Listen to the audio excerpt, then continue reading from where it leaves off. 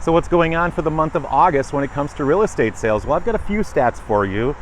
First one is inspections. How many home buyers are getting or asking for inspections? Well, most of them get them when they ask them, but 30% of the time they're asking for home inspections. And by the way, that means that 70% of the time they're not asking for home inspections. So that's interesting.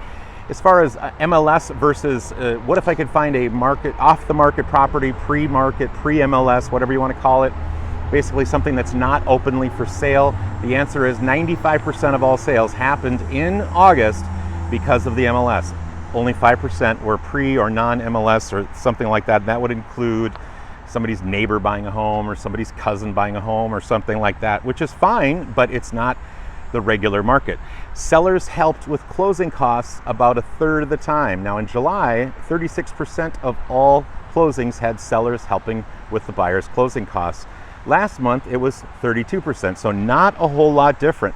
And by the way, home warranties, 10% of the time, buyers were getting home warranties. In July, it was only 11%. So, and by the way, this is a cross-section of the sales. This is only the cross-section of about 200 sales, but it's kind of evenly divided in the Twin Cities because there's a whole lot more than 200 sales.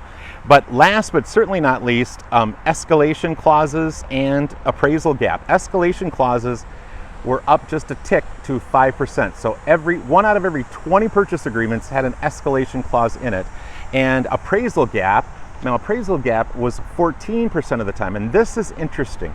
In July, 8% of all home offers had an appraisal gap, in there. And this last month in August, it was 14%, which is nearly double. So sellers are getting a little bit more money. Homes are selling quite quickly. So July and August look to be very similar, very aggressive, and very